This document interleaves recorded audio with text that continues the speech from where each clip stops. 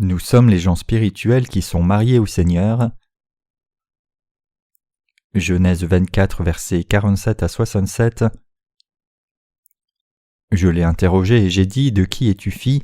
Elle a répondu « Je suis fille de Bethuel, fils de Nachor et de Milca. » J'ai mis l'anneau à son nez et les bracelets à ses mains, puis je me suis incliné et prosterné devant l'Éternel et j'ai béni l'Éternel, le Dieu de mon Seigneur Abraham, qui m'a conduit fidèlement, afin que je prisse la fille du frère de mon Seigneur pour son fils. Maintenant, si vous voulez user de bienveillance et de fidélité envers mon Seigneur, déclarez-le-moi, sinon déclarez-le-moi et je me tournerai à droite ou à gauche. » Laban et Bethuel répondirent et dirent « C'est de l'Éternel que la chose vient, nous ne pouvons te parler ni en mal ni en bien. Voici Rebecca devant toi, prends et va, et qu'elle soit la femme du fils de ton Seigneur comme l'Éternel l'a dit. » Lorsque le serviteur d'Abraham eut entendu leurs paroles, il se prosterna en terre devant l'Éternel, et le serviteur sortit des objets d'argent, des objets d'or et des vêtements qu'il donna à Rebecca. Il fit aussi de riches présents à son frère et à sa mère. Après quoi ils mangèrent et burent, lui et les gens qui étaient avec lui, et ils passèrent la nuit. Le matin, quand ils furent levés, le serviteur dit « Laissez-moi retourner vers mon Seigneur. » Le frère et la mère dirent « Que la jeune fille reste avec nous quelque temps encore, 10 de jours. Ensuite tu partiras. » Il leur répondit « Ne me retardez pas, puisque l'Éternel a fait réussir mon voyage. Laissez-moi partir et que j'aille vers mon Seigneur. » Alors ils répondirent « Appelons la jeune fille et consultons-la. » Ils appelèrent donc Rebecca et lui dirent « Veux-tu aller avec cet homme ?» Elle répondit « J'irai. » Et ils laissèrent partir Rebecca, leur sœur et sa nourrice, avec le serviteur d'Abraham et ses gens. Et ils bénirent Rebecca et ils lui dirent « Ô notre sœur, puisses-tu devenir des milliers de myriades et que ta postérité possède la porte de ses ennemis ?» Rebecca se leva avec ses servantes, elles montèrent sur les chameaux et suivirent l'homme, et le serviteur emmena Rebecca et partit. Cependant Isaac était revenu du puits de la Caïroï, et il habitait dans le pays du Midi. Un soir qu'Isaac était sorti pour méditer dans les champs, il leva les yeux et regarda, et voici des chameaux arrivés. Rebecca leva aussi les yeux, vit Isaac et descendit de son chameau. Elle dit au serviteur « Qui est cet homme qui vient dans les champs à notre rencontre ?» Et le serviteur répondit « C'est mon Seigneur. » Alors elle prit son voile et se couvrit. Le serviteur raconta à Isaac toutes les choses qu'il avait faites. Isaac conduisit Rebecca dans la tente de Sarah, sa mère. Il prit Rebecca qui devint sa femme et il l'aima. Ainsi fut consolé Isaac après avoir perdu sa mère. Aujourd'hui, nous avons lu une partie du passage des Écritures du livre de Genèse chapitre 24. Bien que le passage des Écritures d'aujourd'hui soit seulement une partie du chapitre, nous pouvons connaître le récit entier de ce passage.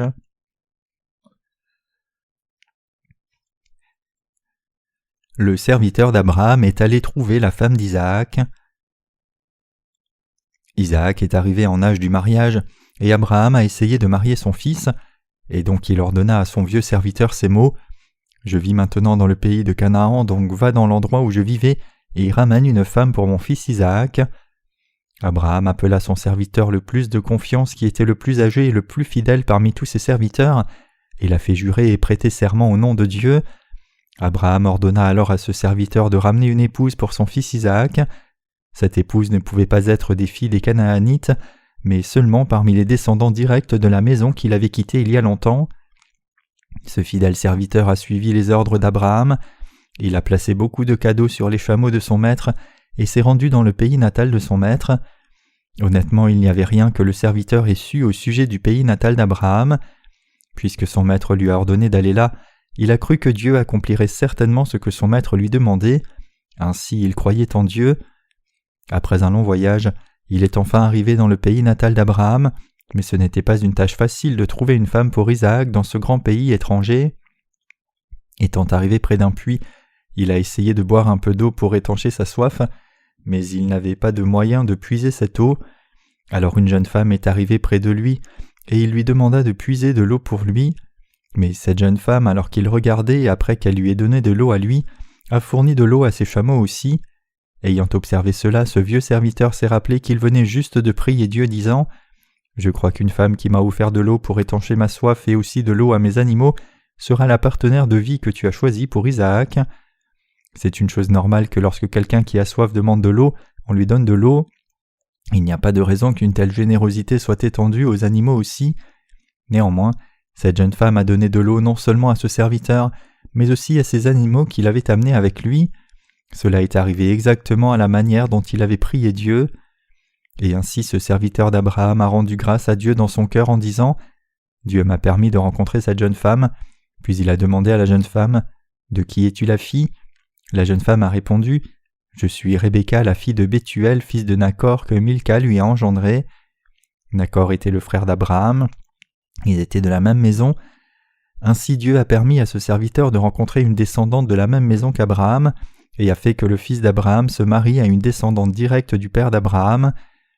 Dans la Bible, nous pouvons trouver beaucoup de cas de mariage consanguin.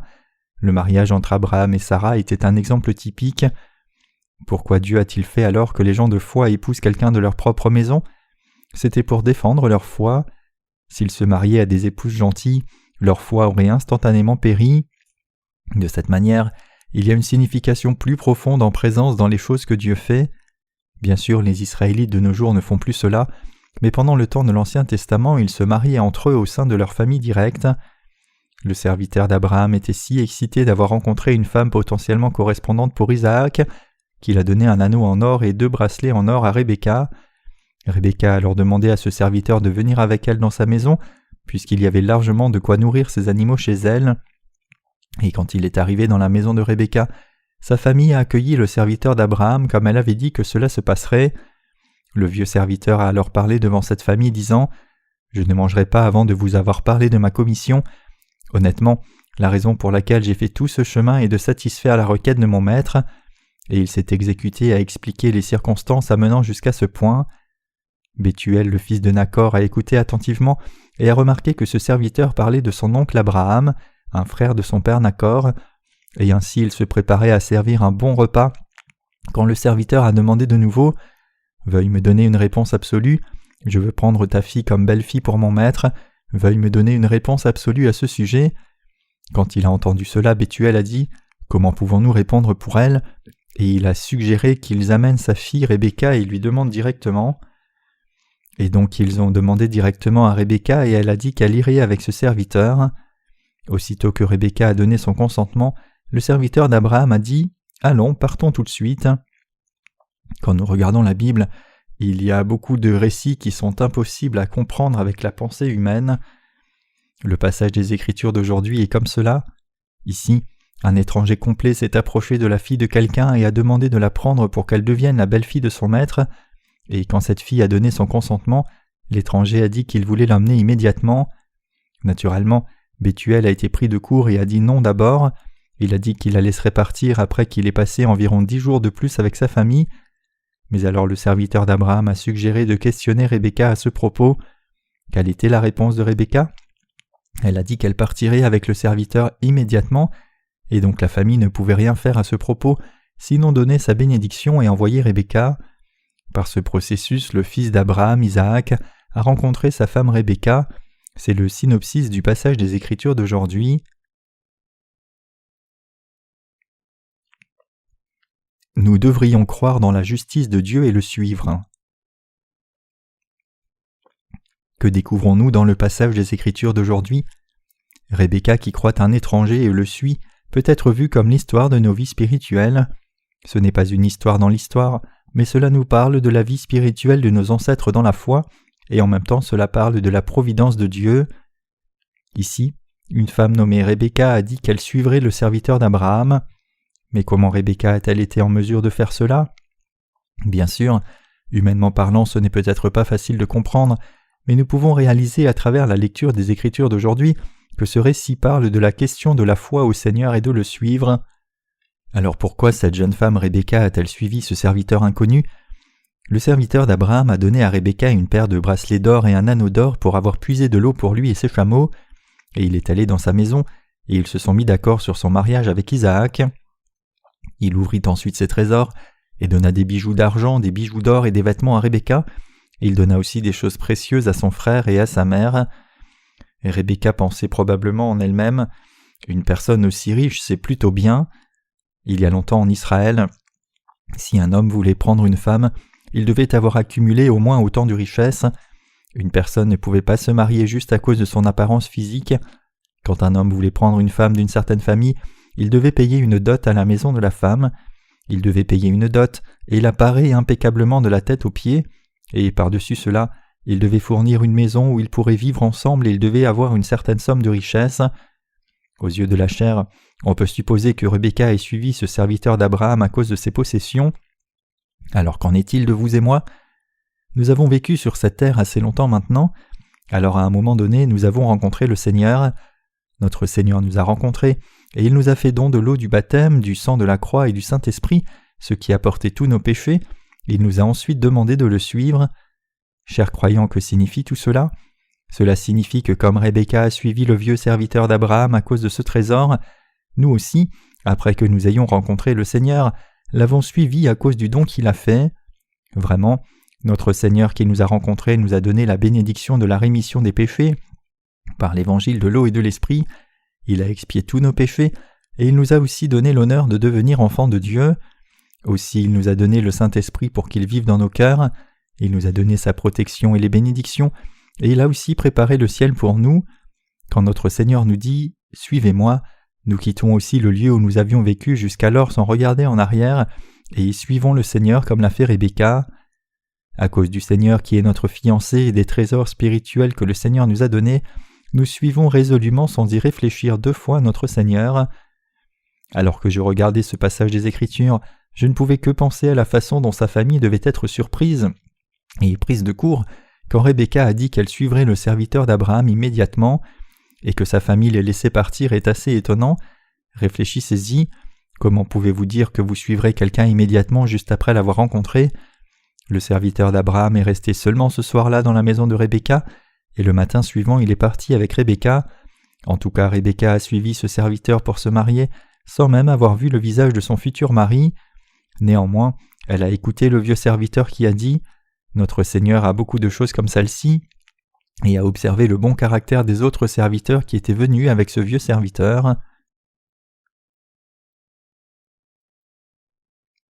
Par la foi dans la justice du Seigneur, nous pouvons rejeter tout ce qui est dans ce monde et le suivre. C'est pareil pour nous qui vivons en ce temps présent. Pouvons-nous tout rejeter un matin après nous être réveillés et suivre le Seigneur? Il y a beaucoup plus de gens parmi nous qui ne sont pas capables de faire cela que ceux qui en sont capables. Néanmoins, après que j'ai rencontré le Seigneur, je suis immédiatement parti et je l'ai suivi. Le Seigneur a expié tous mes péchés. Il m'a sauvé en me donnant la rémission des péchés et il m'a donné la gloire du ciel. En plus de cela, il m'a donné la justice de Dieu et le privilège de devenir son enfant. Il m'a aussi donné une vie par laquelle je peux être son serviteur qui peut faire l'œuvre juste pour lui. Y a-t-il une raison pour que je ne le suive pas? Pour être honnête, avant que je ne rencontre le Seigneur, je n'avais rien à faire d'autre que manger 3 repas par jour. Je ne pouvais rien faire de digne parce que je ne connaissais pas la justice de Dieu à l'époque. Néanmoins, le Seigneur est venu sur cette terre pour une personne telle que moi, et il a été baptisé au Jourdain pour moi, et il a porté tous mes péchés, et il les a tous éradiqués. Il a été cloué à la croix et a reçu le jugement pour mes péchés. Pourquoi alors devrais-je y réfléchir à 2 fois quand ma vie mondaine ici? Je suis certain que vous êtes comme moi. Veuillez faire attention au fait que pour pouvoir tout rejeter et suivre le Seigneur et son évangile de tout cœur, c'est la vraie spiritualité et la vraie foi. Qu'arrive-t-il quand un homme et une femme se marient? La famille de l'épouse dit que leur fille est meilleure et la famille du mari dit que c'est à leur perte. Il y a toujours un débat à ce sujet. Alors qu'en est-il de nous? Ne pensons-nous pas parfois comme ceci en suivant le Seigneur? Même si nous suivons le Seigneur est un peu insuffisant pour nous et nous sommes meilleurs que lui. Réfléchissons réellement à ce propos. Entre le Seigneur et nous, qui est supérieur? La balance pointe lourdement en sa faveur, n'est-ce pas? Cependant, Dieu qui est l'époux nous a donné à nous qui sommes des épouses insuffisantes tout ce que nous voulons ou qu'il nous faut. Il nous a couverts d'or, d'argent et de tout cadeau de mariage, et il nous a complètement ornés de toutes ces choses précieuses. Vraiment, notre Seigneur a expié tous nos péchés, il a reçu tout le jugement à notre place. Aussi, il nous a donné le pouvoir de devenir enfants de Dieu, il nous a donné le Saint-Esprit et le royaume du ciel, il nous a oints de grâce pour que nous puissions vivre une vie de justice sur cette terre. Il est devenu notre berger pour pouvoir nous guider dans sa voie droite. Nous ne manquons et ne sommes en quête de rien du tout. Le Seigneur a pris la responsabilité de tout et il a tout fait pour nous. Ainsi, nous n'avons rien à propos de quoi être hésitants. Comme Rebecca a suivi résolument le serviteur d'Abraham, nous devons aussi suivre le Seigneur avec confiance de même. Dans le passage des Écritures d'aujourd'hui, Rebecca a vraiment suivi le serviteur d'Abraham. Elle peut être vue comme enfantine ou imprudente dans un sens, mais quand nous voyons son acte résolu ici, il doit y avoir eu de la foi dans son cœur. Elle doit avoir pensé « Ce serviteur me traite honorablement, et si ce serviteur est comme cela, alors combien le maître doit être bon ?» Elle pensait que si le serviteur était aussi fidèle, son maître allait certainement être plus grand que le serviteur. Effectivement, Abraham était l'un des hommes les plus riches de son temps. Son fils Isaac était aussi un homme très riche. Il pouvait tout faire et pourvoir à tout ce qu'on lui demandait. Isaac, en obtenant sa femme, a envoyé beaucoup de serviteurs et des cadeaux précieux et a tout pris en charge. Donc Rebecca a cru dans ce mari à venir sans même poser les yeux sur lui. C'est pareil avec notre Seigneur. Notre Seigneur nous a fourni à vous et moi tout ce dont nous avons besoin, et il nous a oints d'une grâce infinie. Notre Seigneur est né sur cette terre, a été baptisé et mort à la croix. Ressuscité des morts, monté au ciel, il nous a envoyé le Saint-Esprit et veille continuellement sur nous. Il nous a bénis de cette manière. Vraiment, notre Seigneur nous a fait un cadeau de mariage qui ne périt pas. C'est la vérité de l'eau, du sang et du Saint-Esprit, et ainsi nous suivons le Seigneur sans hésitation. Il n'y a pas de raison du tout pour que nous soyons récalcitrants à le suivre.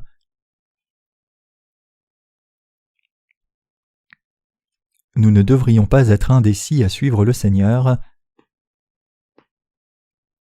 En suivant le Seigneur, nous pouvons souvent penser que nous sommes les seuls qui le servons et que nous sommes du mauvais côté de la barre, mais ce n'est pas vrai.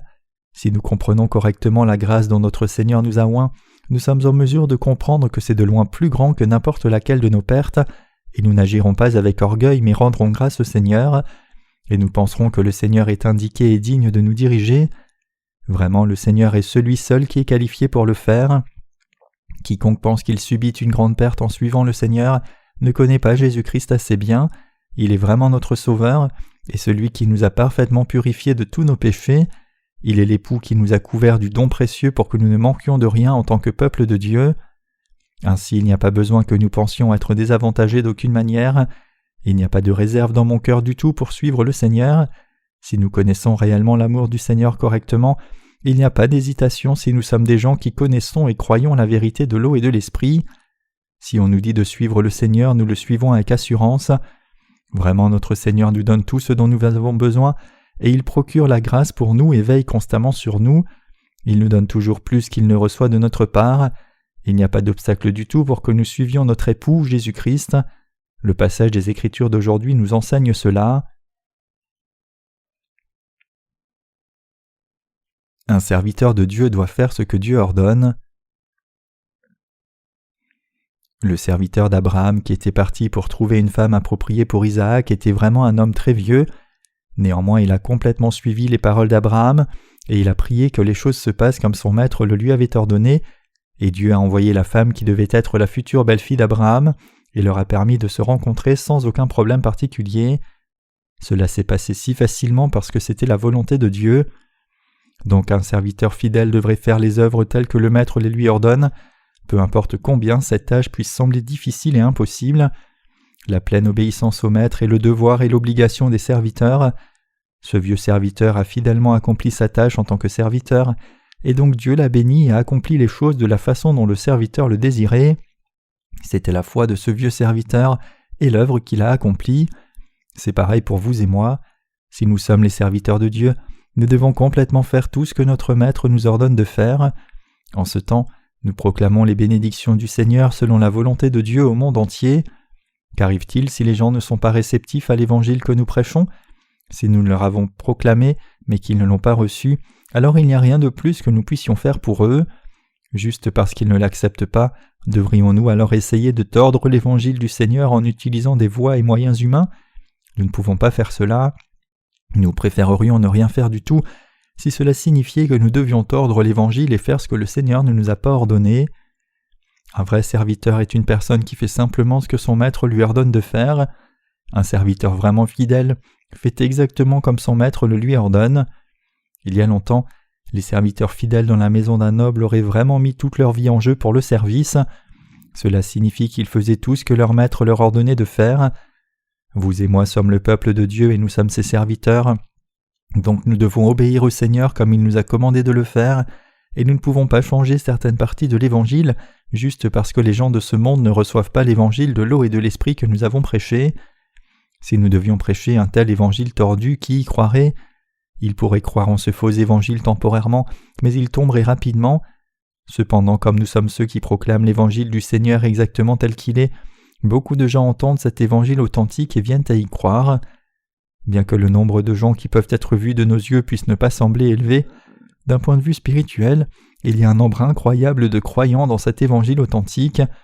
Il y a vraiment beaucoup de gens qui ont reçu nos livres de mission. Ils ont cru dans l'Évangile de l'eau et de l'Esprit. Dieu a dit à notre ancêtre de la foi, Abraham, qu'il rendrait ses descendants nombreux comme les étoiles du ciel, et je crois qu'il fera absolument cela. Certaines personnes demandent « Il y a tant de gens qui n'ont jamais entendu l'Évangile de l'eau et l'Esprit depuis si longtemps. Si cet Évangile est vrai, alors qu'arrivera-t-il à ces gens qui n'ont jamais entendu cet Évangile ? C'est entre eux et Dieu, et nous sommes responsables de nous-mêmes. Nos cœurs sont en paix. Ceux qui nous quitteront, et ceux qui seront unis à nous et travailleront avec nous seront avec nous pour toujours. Je veux dire qu'il ne sert à rien que nous retenions ou dissuadions ceux qui veulent nous quitter en disant « Ne partez pas, s'il vous plaît, ne partez pas ». Ceux qui doivent partir doivent partir. Quelqu'un qui ne croit pas dans l'évangile de la justice de Dieu doit repartir dans le monde. Chers croyants, disons que parmi les saints avec qui vous travaillez, il y ait quelqu'un qui ne croit pas dans l'évangile de justice et qui sorte de ses gonds pour exposer vos tares. Judas Iscariote était comme cela. Il suivait Jésus mais essayait de détecter les fautes de Jésus. Demandons-nous qui parmi vos amis ou votre famille sont ceux qui essaient juste de vous prendre en défaut. Serait-il mieux qu'ils restent avec vous ou qu'ils vous quittent ? Rien que d'y penser, cela me rend malade. Il n'y a pas besoin d'être en compagnie de quelqu'un comme cela. Dieu désire seulement que l'évangile de l'eau et de l'esprit soit proclamé. Je suis un serviteur de Dieu. Je ne veux pas être autre chose. Je veux seulement proclamer l'évangile de l'eau et de l'esprit au monde entier. Nous prêchons l'évangile du Seigneur par Internet et par le ministère de la littérature, c'est-à-dire par les médias imprimés et électroniques. Plus de 15 000 personnes chaque jour rencontrent ce vrai évangile. C'est vraiment incroyable. Je souhaite que le nombre de visites sur notre site web augmente un peu plus, mais même cela est déjà plutôt énorme. Je crois que ces livres seront mis entre les mains de ceux qui en ont réellement besoin et qu'ils recevront tous la rémission de leurs péchés. Récemment, un Brésilien qui faisait partie d'une église pentecôtiste a envoyé son témoignage de salut disant qu'il avait compris la vérité de l'Évangile et reçu la rémission des péchés. Le pasteur de son ancienne église approuvait seulement ceux qui parlaient en langue comme ayant reçu le Saint-Esprit, mais à ses yeux, son ancienne église est apparue comme un groupe de sorciers avec de mauvais esprits. Mais après avoir lu nos livres, ils contenaient des choses qui étaient totalement différentes de ce en quoi il croyait auparavant. Il a lu les livres 2 fois et il a reçu la rémission des péchés en croyant cette vérité authentique. Alléluia. Vous et moi ne vivons pas une existence sans importance dans laquelle nos âmes deviennent malades et meurent, mais nous pouvons vivre une vie significative, précieuse et bénie en expérimentant la gloire éternelle par notre Seigneur. Vous et moi pouvons être confiants devant Dieu. Bien sûr, il y a cette crainte dans mon cœur que cet évangile ne soit pas proclamé à chacun, mais je crois que l'évangile du Seigneur continuera d'être proclamé vigoureusement. Si un serviteur considère ce que son maître lui a confié comme étant sa propre propriété, alors il est un voleur. Même si quelque chose n'est pas à lui, il croit qu'il a le droit de l'utiliser. Si quelqu'un prend quelque chose qui n'est pas à lui et décide d'en prendre la propriété, alors cette personne est voleuse. Un vrai serviteur est quelqu'un qui vit pour son maître. Un serviteur fidèle prend bon soin de ce que son maître lui a confié brièvement. De la même façon, notre site web de la mission de la nouvelle vie est tout pour nous. Notre Seigneur empêchera ceux qui veulent le prendre pour eux de le faire. Spirituellement parlant, vous et moi sommes tous Rebecca. Dieu le Père a envoyé Jésus-Christ sur cette terre et nous a offert l'évangile de l'eau et de l'esprit. Il nous a glorifiés et nous a ordonné de le suivre. En réponse à cette voix du Seigneur, nous devons dire immédiatement « Je te suivrai ». Rebecca a tourné le dos à sa famille qu'elle aimait et s'en est allée pour rencontrer son mari Isaac. Et elle est allée vers son futur mari, a donné naissance à ses enfants, a servi son mari et a aussi agi en maîtresse envers les serviteurs. A-t-elle soupiré après un retour dans la maison de son père ? Non. Si nous vivons notre foi comme Rebecca, alors nous ne désirerons pas retourner à notre vie passée. Nous désirons suivre le Seigneur qui nous a glorifiés sans manquer de rien. Je rends grâce à notre Seigneur.